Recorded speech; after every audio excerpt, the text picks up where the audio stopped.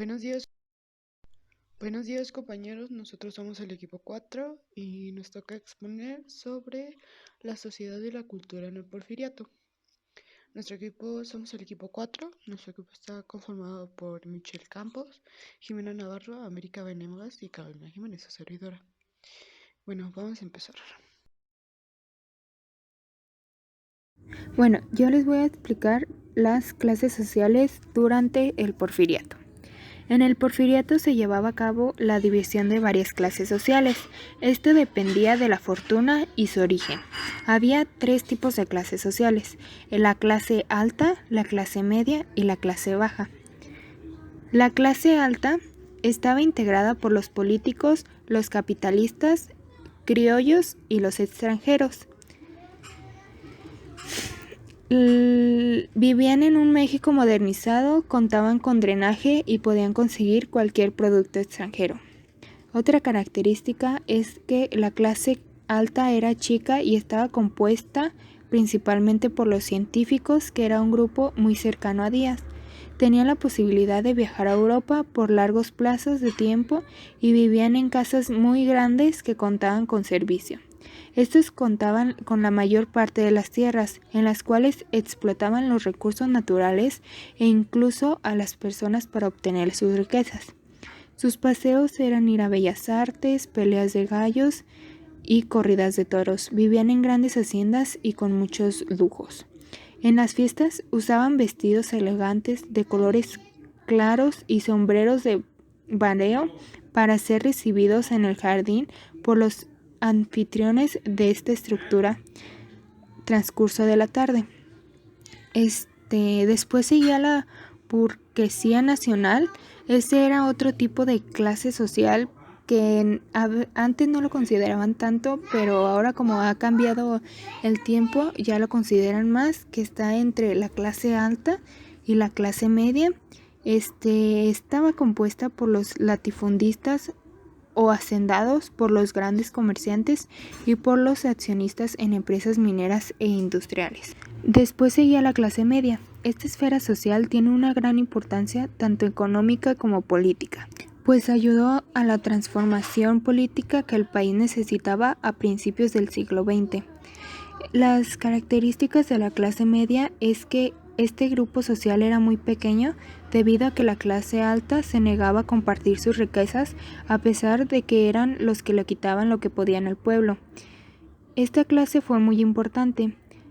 El Porfiriato propició la formación de clases medias. El crecimiento de minería e industria impulsaron la demanda de trabajadores especializados, profesionistas y técnicos, lo cual absorbió un gran número de empleados públicos, de administradores y maestros de escuela. Este sector formó la clase media, que se concentró en ciudades importantes. Junto con pequeños comerciantes e industriales, formaron un estrato social intermedio. La clase media se convirtió en el principal promotor de descontento al no tener posibilidades de ascender en la escala social. Por último, estaba la clase baja. Ahí se encontraban todos los campesinos, trabajadores de fábricas y empleados domésticos. En la clase baja, esta consistía en la mayor parte de la población, ya que, como ya lo había mencionado, eran muy pocos los que formaban parte de la clase alta y la clase media, ya que como su mismo el Porfiriato no dejaba ascender a aquellos que lo querían y podían. Esta clase baja se encontraba con los campesinos, trabajadores de fábricas y empleados domésticos. Los campesinos eran obligados a vender sus tierras y trabajar en ellas, lo cual no era fácil para ellos. Se la vivían endeudados con las tiendas de raya, ya que su sueldo era muy bajo. Como ya lo habían mencionado en equipos anteriores, creo que recibían al día 1.50 pesos, entonces era muy bajo y no alcanzaban a pagar todas las deudas que tenían. Y como ellos tenían que seguir sobreviviendo, pedían más préstamos y se endeudaban más, que eso de cierta forma le convenía al gobierno para poder cobrarles más. Los campesinos o la clase baja también lucían con muy bajos recursos y se vestían con prendas ya muy usadas y sucias, ya que ellos no tenían para comprarse nuevas. Los derechos de los de clase baja quedaron suprimidos debido a que el gobierno no le dio importancia a promulgar leyes para protegerlos y se anuló el derecho a la expresión tal como el de la huelga y los sindicatos. Era muy escasa la educación de los trabajadores y jóvenes, no había jornada máxima, es decir, que eran obligados a trabajar muchísimas horas y pagaban menos. Lo que también afectó mucho a la clase baja, que no hacía, o más bien no dejaba que ellos mejoraran, era que como eran de clase baja y de bajos recursos, los niños no podían asistir a las escuelas, entonces crecían pues sin formación y la gran parte de ellos se trabajaban en cultivos, fábricas y todo eso. Bueno, el problema social. El desarrollo industrial del país, aun siendo limitado, permitió la existencia de cierta clase obrera en las fábricas establecidas en las ciudades, en las minas o en las labores portuarias. El nivel general de la vida de los trabajadores era desfavorable, como consecuencia de que no contaba con una legislación que los protegiera. El porfirismo, por ser liberal, consideraba inconveniente e inadecuado participar en los problemas sociales y económicos. Siguiente. En la práctica, aunque había algunas sociedades mutualistas y otros organismos de operarios, no funcionaban. Sindicatos y la huelga era considerada como un delito, lo cual explica por qué fueron violentamente reprimidas dos famosas huelgas ocurridas en los últimos años de la era porfirista, una en el Centro Textil de Río Blanco, Veracruz, y otra en el Centro Minero de Canea, Sonora. Siguiente. No faltaron quienes comenzaron a trabajar por una reforma de tipo social, que mejorara las condiciones de vida de las clases populares. Con tal motivo, dieron a conocer sus puntos de vista políticos y sociales, y trabajaron por ellos los integrantes del Partido Liberal Mexicano.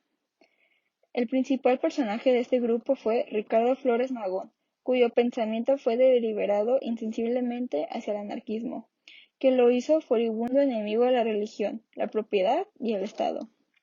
En el campo propio de la difusión de ideas de reforma social actuaron por su parte eclesiásticos y seglares católicos, que organizaron congresos y semanas sociales en varias ciudades del país, a fin de plantear la solución de los problemas mexicanos de acuerdo con las orientaciones que el Papa León VIII había dado.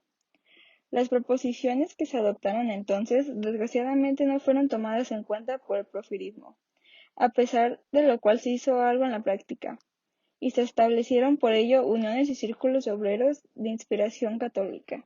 Siguiente. Situación de la Iglesia. La Iglesia católica durante el porfirismo fue tolerada, se la dejaba vivir, no se aplicaban sino una mínima parte de las leyes de reforma, y tal cosa permitió cierto margen de libertad y desarrollo. Gracias a esa libertad y desarrollo, la Iglesia vio aumentando el número de diócesis a 23, multiplicados sus sacerdotes, que llegaron a ser 5.000 y restauradas algunas órdenes religiosas, o establecidas otras. Fue factible la participación de los obispos mexicanos en el Concilio Plenario Latinoamericano, celebrado en Roma en 1898 y en 1899, y se pudo incrementar asimismo la vida intelectual católica en alguna medida, con la transformación del Seminario de México, que quedó convertido en Pontificia Universidad de México. En 1895 tuvo lugar con gran solemnidad la coronación de imagen de Nuestra Señora de Guadalupe, siguiente, que constituyó un acontecimiento muy notable al que concurrieron inclusive delegaciones de los gobiernos extranjeros. Solo faltó el de México. En contraste de todo ello, Porfirismo mantuvo su actitud lacista. Las leyes persecutorias no se aplicaron, sino excepcionalmente, pero siguieron vigentes, y aún se agregaron otras, como la Ley Corral, que prohibía bendecir las sepulturas. Y lo más destacado en contra de la vida cristiana fue que la instrucción política, sobre todo la preparatoria y en la universidad, tuvo un marcado espíritu antirreligioso, que dio por resultado muchos profesionistas e intelectuales recibieron una formación completamente hostil al catolicismo. Hasta la próxima.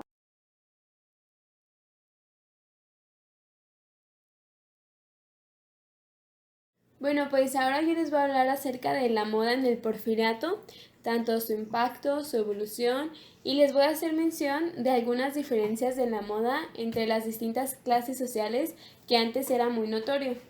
Siguiente. Bueno, antes se utilizaba mucho la crinolina, que yo creo que todos hemos oído hablar o escuchar, que consiste en una especie de falda que va por debajo del vestido con el objetivo de darle un volumen parejo a todo el vestido. Bueno, pues esta había empezado a caer en desuso y fue sustituida por el polizón, que el polizón es un armazón de madera ligera que abulta los vestidos solamente por la parte de atrás. O sea que esto es madera que se ajusta en la cintura y que cumple la función de la crinolina, solamente que ya no es parejo al volumen, sino que ahora solamente se da en cierta parte específica. Como dato curioso es que para confeccionar un vestido de baile, como el que se muestra en la presentación, se requerían alrededor de 12 metros de tela. Así que pues sí, era dedicación y tiempo. Siguiente.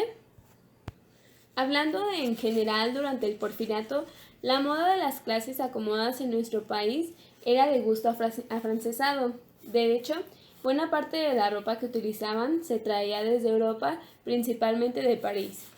El gusto europeo también influyó en su concepto de belleza. Entre las mujeres se apreciaba la piel blanca, sin maquillaje o tinte evidente, y la cintura estrecha que se semejaba a la figura de un reloj de arena marcada por el corset, el cual el corset a veces era tan apretado que incluso provocaba desmayos en ellas. Siguiente. Bueno, existía una serie de normas sobre el tipo de vestido que deberían de usar las mujeres según la ocasión, ya sea la hora del día, la circunstancia o un evento en específico. El vestido diario de las mujeres consistía en una blusa ajustada al corset, con mangas largas y cuello alto y estrecho adornado con encaje, en tanto que la falda tenía que tener forma de campana y llegar hasta el suelo, o sea, vestido largo. El corset era muy importante, ya que cual sea que fuera la ocasión, algo casual o algo más elegante siempre era utilizado. Así que pues era como algo básico que tenían las mujeres en su closet. Siguiente. Una mujer elegante de intensa vida social se cambiaba de vestido de 3 a 4 veces por día. O sea que para ocasiones especiales se utilizaban vestidos de cola con escote amplio, ya que este era considerado como regla. El escote amplio, si una mujer llegaba a un evento muy importante sin este, era llegada a ver hasta mal vista. Así que era considerado algo como elegante, como adaptado a la ocasión y algo de regla para todas. Siguiente. La moda en los hombres, aunque no fue algo tan laborioso como en el caso de las mujeres, sí fue como muy notorio en dos clases sociales, que es la clase alta y la clase baja. Bueno, pues la clase alta consistía en que utilizaban zapatos de marca, trajes estilo inglés y sombreros, utilizaban mucho la tela casimir y tenían como ejemplo en la moda a Benito Juárez. Tanto la clase baja utilizaban sombreros de palma ensartados, calzones de tela y ropa cómoda para trabajar. La ropa cómoda para trabajar era pues su vida cotidiana, ya que en estos destacan muchos los que eran como obreros o los trabajadores de ese tiempo. Mientras que en la clase alta ya lo utilizaban personas como más importantes o del gobierno o pues como lo dice la clase alta. Siguiente. Bueno, ahora les voy a mencionar una de las actividades que fue hecha costumbre, como una tradición o algo que hacían en su tiempo libre, que fue muy conocida. Bueno, pues dentro de los pasatiempos de la sociedad mexicana se encontraban principalmente las corridas de toros, las cuales se fueron popularizando y perfeccionando con el paso de los tiempos. Aunque era el espectáculo más cotizado de la época, sin embargo, mucha gente se las ingeniaba para comprar las entradas que variaban según la posición o lugar, ya que la sombra, un lugar con sombra costaba alrededor de 3 pesos, mientras el centro en donde daba todo el sol costaba alrededor de 1 peso. Así que pues esta fue una de las actividades más reconocidas o que se utilizó más en la vida de ese entonces. Bueno, yo les voy a hablar sobre la cultura más específicamente del sistema educativo y la arquitectura de esos entonces. Ok, de acuerdo con el sistema educativo, la educación durante el Porfiriato rescató gran parte del proyecto educativo juarista. Benito Juárez tenía un interés por tener una población preparada, ya que de ello pues dependía el desarrollo del país. En este sentido, Porfirio Díaz retomó parte de las iniciativas y le dio impulso a muchas instituciones creadas en el gobierno de Juárez. En 1910 se crearon nuevas políticas que trajeron la fundación de la institución educativa más importante del país, lo que hoy conocemos como la UNAM. El proyecto fue encabezado por Justo Sierra. También incluyó la Escuela Nacional Preparatoria dentro del proyecto universitario. La reforma escolar correspondió a la década de los 80 del siglo XIX. Este periodo se caracterizó pues por la realización de 3 congresos, celebrados todos en la capital de la República. El primero de estos congresos fue en 1882. Tenía por nombre Congreso Higiénico Pedagógico, cuyas resoluciones generales se inclinaban al aspecto de la salud física del niño más que lo intelectual o lo moral. El segundo de ellos fue el primer Congreso de Instrucción. Fue creado en 1889. Tuvo conclusiones generales. La Universidad de la Educación Elemental, o sea, la centralización, que además sería obligatoria, gratuita y laica. Y por último, el tercer congreso, que fue el segundo, fue el segundo congreso de instrucción.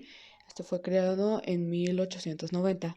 Tenía como obra más importante la organización de la educación preparatoria, bajo la adopción del método científico de carácter positivista, perdón.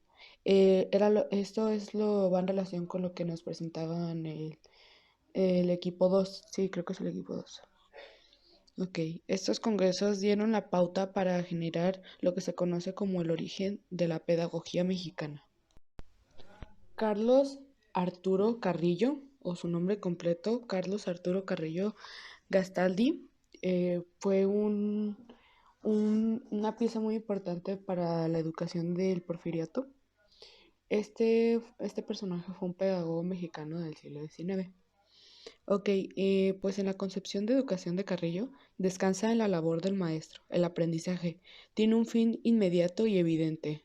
Uno, la instrucción o formación, y dos, el desarrollo de las capacidades del niño.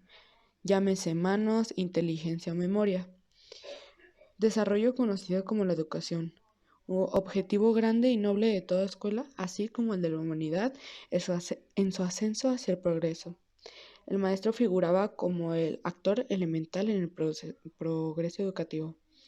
Ok, Carrillo consideró que pues, la educación pública no mejoraría en calidad mientras México no tuviera mejores maestros. El secreto estaba en la enseñanza en el maestro. Ahora proseguiremos con la arquitectura. Durante el gobierno del general Porfirio Díaz y bajo su proyecto de urbanización de la ciudad, transformó su paisaje en un entorno al desarrollo de una serie de colonias, donde se edificaban importantes zonas y edificios. La idea de seguir colonizando con ideas europeas en todos los aspectos, pues se buscaba modernizar con el reflejo de grandes urbes europeas, sobre todo francesa, aunque se considera eclética, ya que mezcla estilos Art Nouveau, Art Deco, Neoclásico, Árabe, Renacimiento, Neogótico, Italiano y Español. Y por último, Medioevo.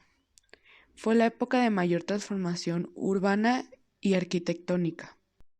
Ok, la arquitectura pues tuvo elementos recuperados de otras inspiraciones o sí, corrientes. Esto se le llama eclecticismo, es un adjetivo griego que significa escogido. Esto pues, fue utilizado con libertad de mezclas, todo lo que les parecía estético y útil. Esto fue más que nada como parte de la imaginación de los arquitectos que trabajaban en estas estructuras. se les dio la libertad de, además de basarse en el estilo francés, también pues de otras que para ellos fuera hermoso, estético y útil, como ya les dije. También cabe mencionar que además de las ideas francesas y europeas, también se importaban los materiales y a los arquitectos. Bueno, ahora les voy a platicar un poco sobre como qué cosas, qué ideas de los estilos pues fueron traídos, fueron utilizados. Ok, el primero de ellos pues es el medioevo. De este estilo se trajeron torres medievales, veletas trabajadas, que son como los del viento, los que mueven el viento, coronamiento de plomo, está en la imagen de abajo, es la segunda imagen. También los balcones saledizos, saledizo quiere decir como salido, o sea, que está, en vez de toda la estructura plana de la fachada, o sea, de lo que se ve enfrente, pues sobresalen los balcones, como los vemos en los balcones de hoy en día. Las torrecillas de agujas, que son son la parte de arriba de las torres. Y techos agudos, los techos agudos pues son los techos que tienen un ángulo, un triángulo, acaban en punta. Como ya les mencionaba, también tienen el estilo árabe. Este fue el uso del vidrio color en ventanas, balcones cerrados en celosías. O sea, aparte de los balcones que ya habíamos visto, también están estos balcones como cerrados que podemos ver en imagen. Y ménsulas en saledizo, que son como las partes de aquí con la cornisa de estas cosas. Se llaman ménsulas por eso. Ok, también tenemos al Renacimiento. De este fue columnas, capiteles. Los capiteles son como la parte donde finaliza la columna, que es como una obra de arte en la columna. Frontones, que son como el que podemos observar en la parte de arriba de la cara del teatro degollado. Pues hay de varios tipos, aquí pues hay unos. Goterones, que son estas partes que vemos aquí. Ok. También tenemos mascarones, que son como obras de arte también en las fachadas de las edificaciones. Pilastras, que son las partes de aquí, estas partes horizontales. Tímpanos, que pueden también ser como frontones. Y las logías son la línea la curva que tienen las edificaciones que, por ejemplo, aquí en Guadalajara las podemos observar en los edificios o lugares del centro. Están muy destacadamente ahí. También, pues, principalmente tenemos a la francesa. Como ya les mencionaba, también se importaban materiales para la construcción de esta, como la pérdida para basamentos de la construcción, uso de masandras y la línea curva de las fachadas. En interiores, uso de espejo, plafón, cubierto y decorado, que es como esto de aquí que vemos, que está decorado, las esquineras, y la ornamentación. Del Art Nouveau tenemos nada más la flexibilidad de sus líneas curvas, detalles de ornamentación, que son lo que vemos en los canceles de este estilo. Y ya por último les voy a mostrar como las edificaciones más destacables del Porfiriato. La verdad son muchas. Yo les podría mencionar como tenemos aquí el Teatro de Gollado, también tenemos el Hospicio Cabañas, la Biblioteca Latinoamericana, esos son por algunos nombrar que tenemos aquí en Guadalajara. Los locales destinados a salas teatrales tuvieron un particular significado dentro del contexto social de la época, edificándolos generalmente en las ciudades más prósperas. Tuvieron el cometido de conciliar el progreso económico con la incorporación de expresiones culturales de gran presencia en Europa. Como ya podemos ver, pues es el Teatro de Gollado, donde tenemos diferentes exposiciones todo el tiempo. Y ya por último tenemos el Palacio de Bellas Artes. Fue encargado al final de su mandato con motivo de la celebración del centenario de la independencia de México. Todo esto, esta construcción, pues fue en 1904.